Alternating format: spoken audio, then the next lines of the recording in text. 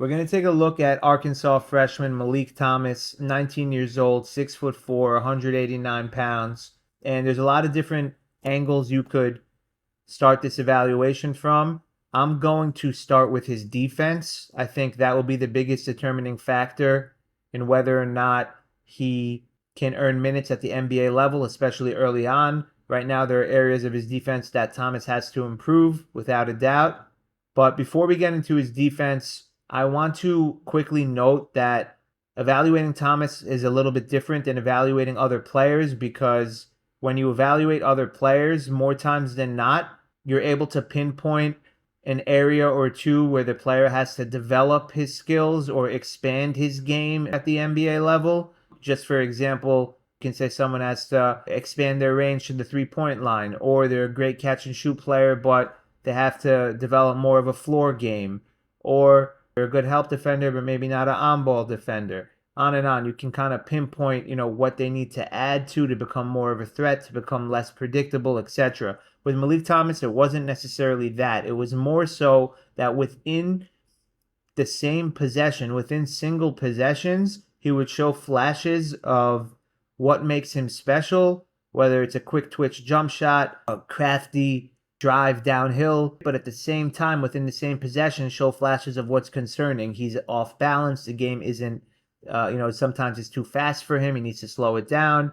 He can get stripped. He can kind of have wild movement. So he was a unique evaluation. The good, the bad, and the ugly, so to speak, were all evident, oftentimes within the same possession. So like I said, we'll get into all the stats and provide an overview for his production and everything, but I want to start with his defense. You can see here Thomas is number 1, and he just plays upright a little bit too much, not so much in a stance, loses his balance there. And we'll rewind and show that one more time. Nothing too sophisticated of an action here. Duke Miles acts like he's going to reject the screen, then goes back to it. And you can see here Thomas just stumbles trying to recover. Perhaps there's something there on the lower body with Thomas, because he doesn't necessarily set his feet on his jump shot as well. Maybe he's a little bit off balance in his feet. I'm not exactly sure. Over there you saw Miles cross him up. Over here, just playing defense straight up. You can't do that, putting his chest into him. That's not going to work. And again, he's only 19 years old. This is not to throw him under the bus. This is just to call it how I see it as he's entering the NBA draft.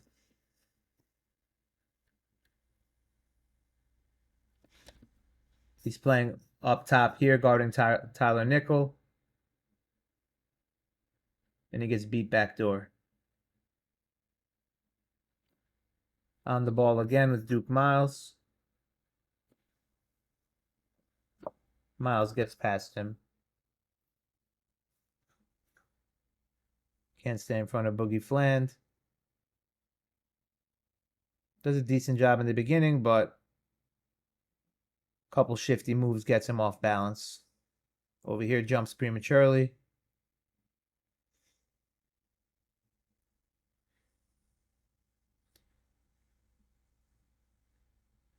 I'm not saying he's going to get exposed at the NBA level, because he's only 19 years old and he only had a freshman season, but if they're going to put him on an island and he's required to defend in space, he's going to have to improve in that area. Not many people can stay in front of Xavier and Lee, and Thomas couldn't either there. He's over here on the bottom of your screen. Quick pump fake gets him up in the air.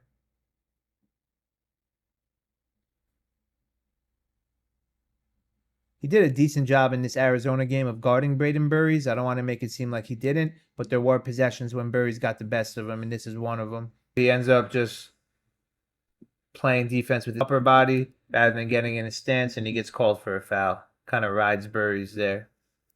Over here, he does a good job on the ball, but you don't want to sustain this for longer in the possession before he gets beat off the dribble. Same thing here. Kind of gets pushed all the way inside. Good help defense by Malik Ewan, but could have been problematic. I want to include some clips where he played well on defense. I don't want to just single him out. Over here, he fights through the screen on Burries. Over here, he's on the ball. Switches on to number 8. Able to slide his feet well. Good contest despite the make. Over here, he's on Burries again. Establishes a point of attack. Makes Burries fall down.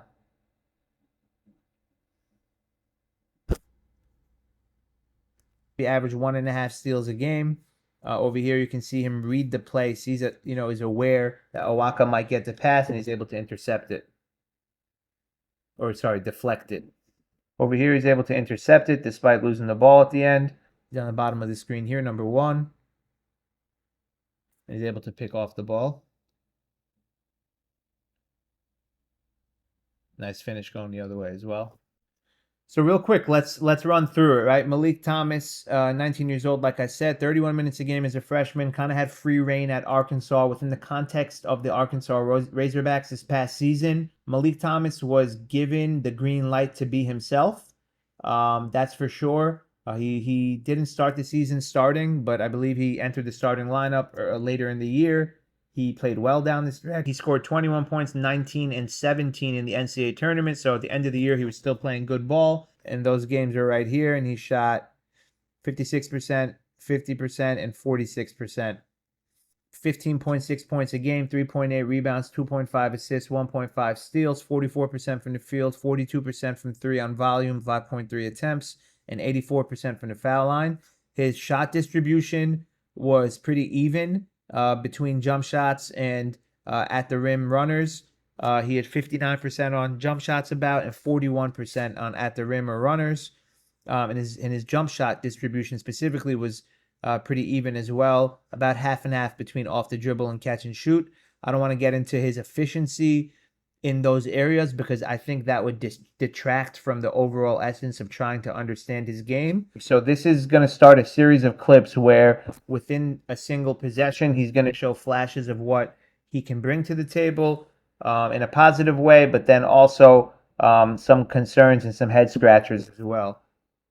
So he gets stripped twice on this same possession, a little bit out of control, which would make you scratch your head, but then he's able to recover for a pull-up 3, a high level of difficulty on that shot. Over here, he takes Del Orso off the dribble, but kind of has an out-of-control runner, but gets bailed out by a foul shot. And when I say out-of-control runner, I mean he does a good job, first of all, breaking down his man, but he ends up jumping off his right foot, but still attempting the shot with his right hand. That's an off-balance attempt. Gets fouled. Over here, kind of tries to barrel his way through traffic, ends up throwing away the ball to no one. Gets fortunate it's not a turnover. More times than not in the NBA, that's going to be a turnover for sure. But then on the same possession, he's able to use 2 dribbles, get into a high level of difficulty shot, a one-handed runner, stationary runner. I don't know how to describe that, but he makes that shot on the same possession as the questionable pass. Over here, he's fighting off the ball to, get through some screen. He's able to get the ball, but then he just jumps here into no man's land. He's able to get bailed out by passing it to Trevin Brazil. But again, I'm not sure how scalable or translatable that's going to be to the NBA level.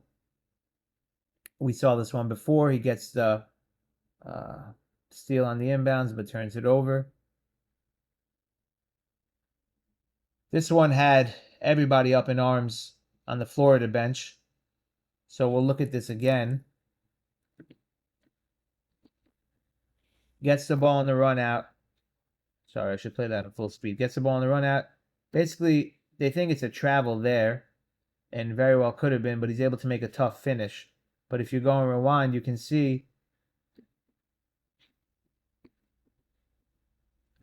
I'm not doing a good job with these with my mouse control. I apologize. So you can, there you go. He kind of jumps there, and Xavier Lee's looking at the ref like, "Hello, that's a travel." Not only that, Todd Golden almost immediately kind of loses it and starts jumping up and down, saying, "Call that travel."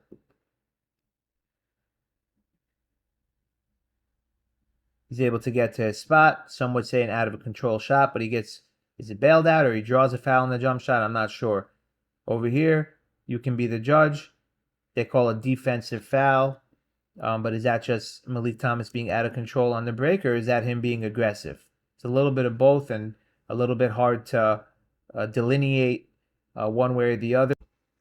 So whereas those possessions kind of had elements of both positive aspects, if you will, and some concerning aspects. So these were just some wild shot attempts that there wasn't any positive aspects to, and that appeared time and time again. This is towards the end of the season. You can see him just throw up a shot there.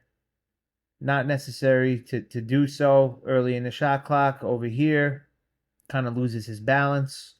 And we will look at the positives as well, but you got to call it like you see it, while still deferring to optimism and deferring to the potential of the 19-year-old young man. I'm not trying to denigrate him. I'm just saying you do have to call it as you see it. So he creates space well, moving off screens, pin downs, running the baseline. He's able to get into good shooting motion, but you got an off-balance runner there. You might want to see a pull-up instead. He did go to a runner a lot this season. Breaks down his man, but has a out of control attempt at the basket. Working on AJ Store. And you just want to see, I understand the shot clock's counting down, but either get off the ball, but don't take off from the 3-point line or one step in front of the 3-point line and try to finish this layup through three guys.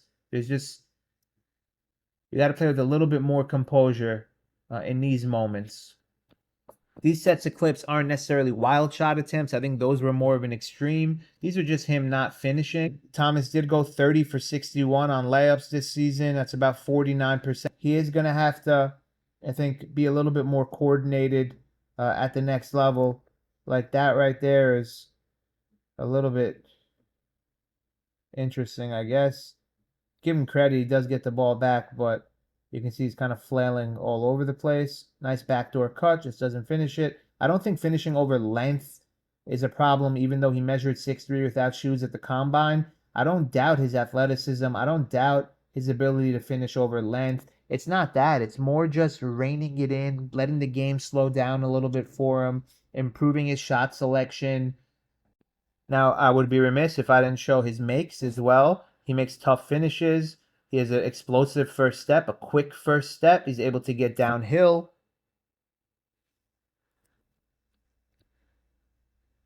Beautiful hesitation there. Gets Boogie Fland off balance. Working on sharp. Sometimes uses more dribbles than you want, but great Euro step. Advanced moves for a 19-year-old in this regard. Long strides. Nice runner. You see, he wants to get to the runner. Before he was trying to get to it from the 3-point line on the miss. Over there, he gets it around the foul line. A little bit of a difference. Jab step. Takes Burries to the rim.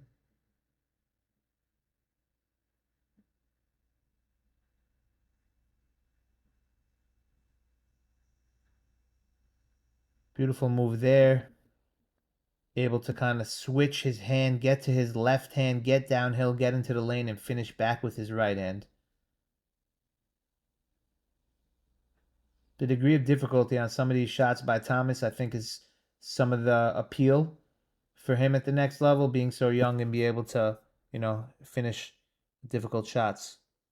We said that his jump shot distribution was pretty much down the middle, 50-50 between catch and shoot and off the dribble.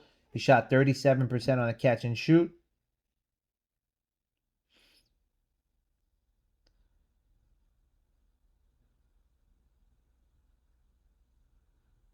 You just want to see him capture this part of his game while shedding the other parts of his game. And again, he's only 19 years old, because you don't want those parts of his game to deflate the energy of the team or his confidence or anything like that. He doesn't lack confidence, and that's really a compliment, because a lot of freshmen would go and try to fit in. Thomas was like, I know my game, and I'm gonna let it rain, and I'm gonna shoot it with confidence. And Coach Calipari obviously bought in, and ended up starting him towards the end of the year. So give him credit for that as well. Again, he shot 40% off the dribble.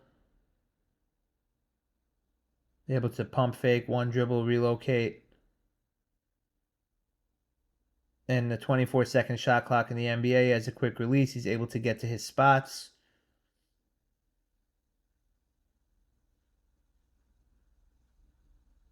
It's just about how can he get to his spots without turning the ball over? How can he get to his spots where he can get off of it quickly? How can he get to his spots where if his initial move isn't there, he's okay with that?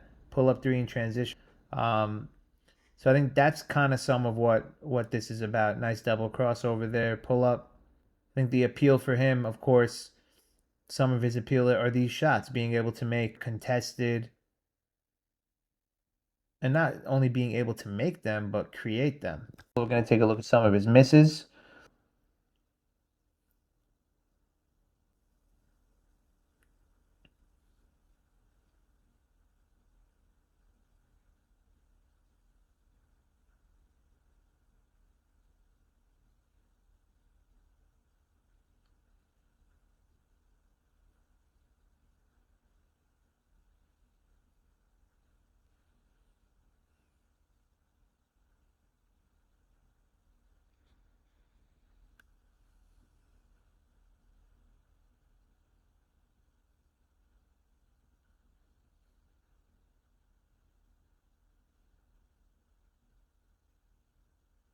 Shot 84% from the line this year. That's an encouraging statistic.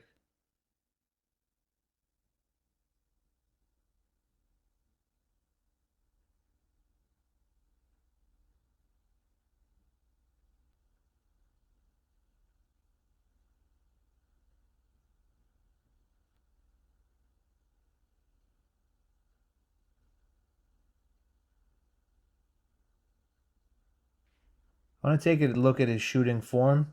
On this shot, he comes off the DHO. And again, I'm not a shooting expert, but I think it's something that you have to take note of. You can see here, he goes up and down, but then he kind of turns his body. If you see, his feet now are not pointed straight forward, more of a tilt. You can see that one more time.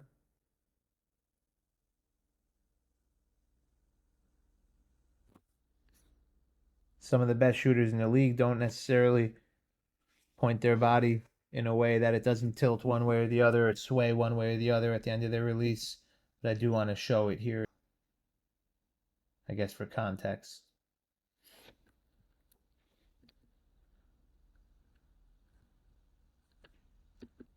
You see he comes off the screen, kind of squares up, but then at the end of his release, again, sways to the right a little bit, puts one foot in front of the other. I do want to touch on his rebounding and his passing. He did average 3.8 rebounds and 2.5 assists in about 31 minutes a game last year. His rebounding seems like, it can develop in time, and there's not really much of a commentary I can have on that. But his passing, I think, is better than I realized, and I think it's noticeable where he can set up teammates. He's a good passer on alley-oops. He's a good passer in different areas. He has good accuracy on his passes as well. He only averaged one turnover a game. We are going to start off his passing clips with a turnover. He throws it right into the hands of Ilyas Kamerdine there. This one impressed me. He gets the rebound. That's not an easy pass to make. On target.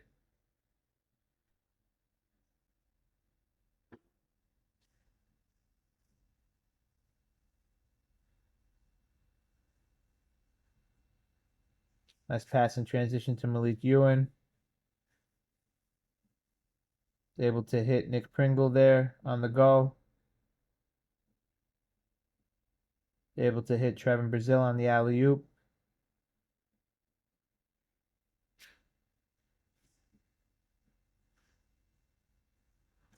That's what you'd like. When the defense collapses on him, he kicks it out.